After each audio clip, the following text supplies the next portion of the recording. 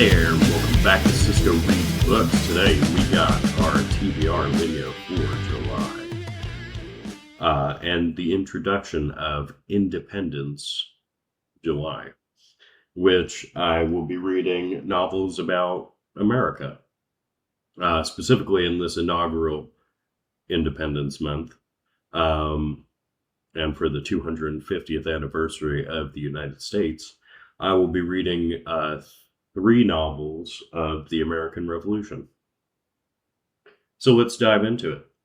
The first novel for Independence Month is going to be The Spy, A Tale of Natural Ground by James Fenimore Cooper, and we're going to be reading that in the Library of America version that I just received, which is beautiful. The next 2 are by the same author, and they're in the same series, and that is Jeff Jarrett's Rise to Rebellion, Book 1 of the American Revolutionary War duology that he has, and then the second book, which is The Glorious Cause. So yeah, I'm looking forward to these because I do like a good historical fiction about the American Revolution. So that's all the books that I'm going to be reading for Independence Month. And now we'll jump into some other offerings. So you might have seen this on the Bright Light book haul that I did, and that's A God in the Shed by J.F. Dubois. And so this I'm really excited for. I've read you the back of it already, so we won't get too much into it.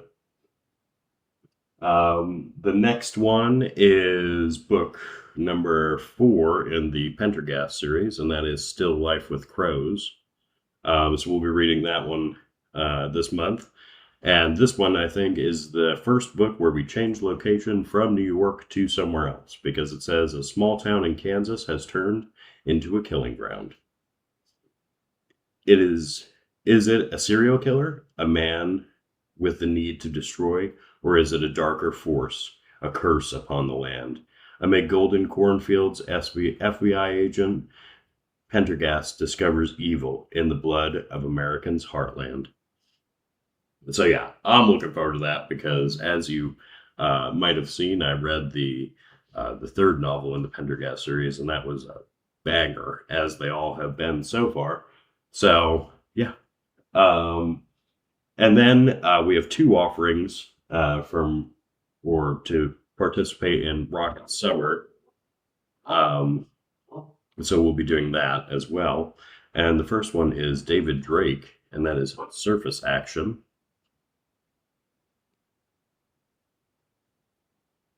And then we have Harry Turtledove, Non-Interference, which also came from Bright Light Books. From that dollar outside rack. The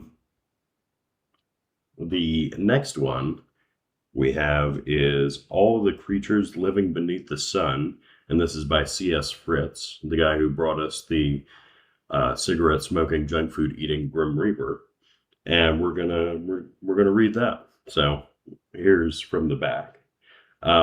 Most are familiar with the legend of the Pied Piper of Hamelin, but few know of the lore that surrounds it.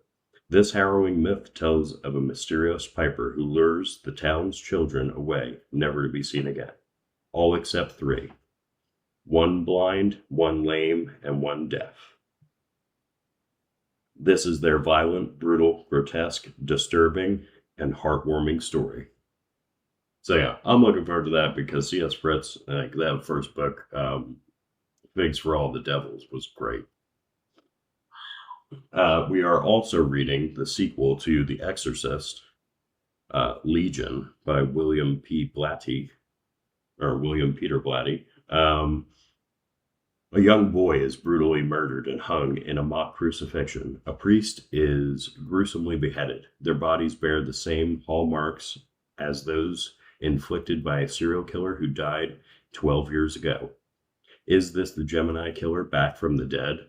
Detective Lieutenant Kinderman must follow a blood-soaked and bewildering trail back to a psychiatric ward filled with suspects, both between the victims and the exorcism of a young girl, Reagan McNeil, from more than a decade ago. But what is the connection, and what will Kinderman have to do to stop another grisly murder? Legion is a classic novel of breathtaking terror and an extraordinary journey into the uncharted depths of the human mind, and has been hailed as being infinitely more suspenseful than The Exorcist. And that's according to the LA Times at the end there. So, a bit of journalistic hyperbole. But, and then the last one that I'm planning on reading in July is The 20 Days of Turin, a novel by Giorgio Di Maria. And it was translated by Raymond Glazoff. So this one, I found this in Barnes & Nobles, and I don't know, I read the back of it and it seemed pretty interesting. Written during the height of the 1970s domestic terror, this cult classic novel with echoes of Lovecraft and Borges is the perfect prediction of the internet era by Gabiano Iglesias.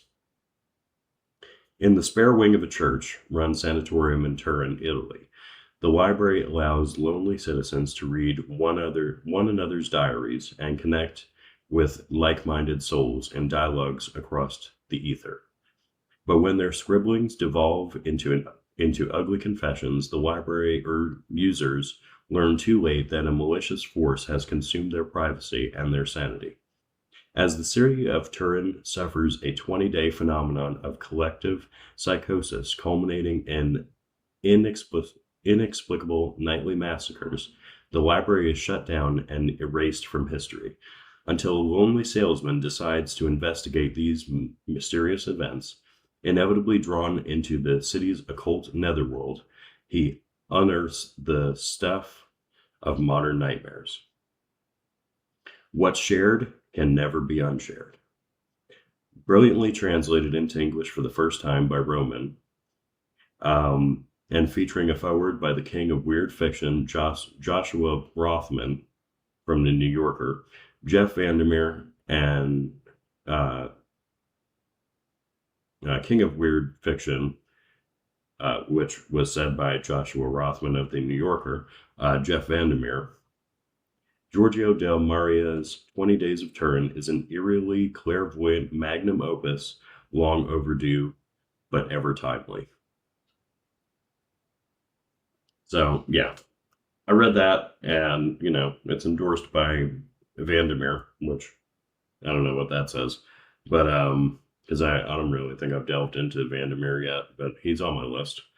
But I definitely trust his opinion when he says something's good, because I've heard good things about both his books, and I know he works in television, so he must know what he's talking about.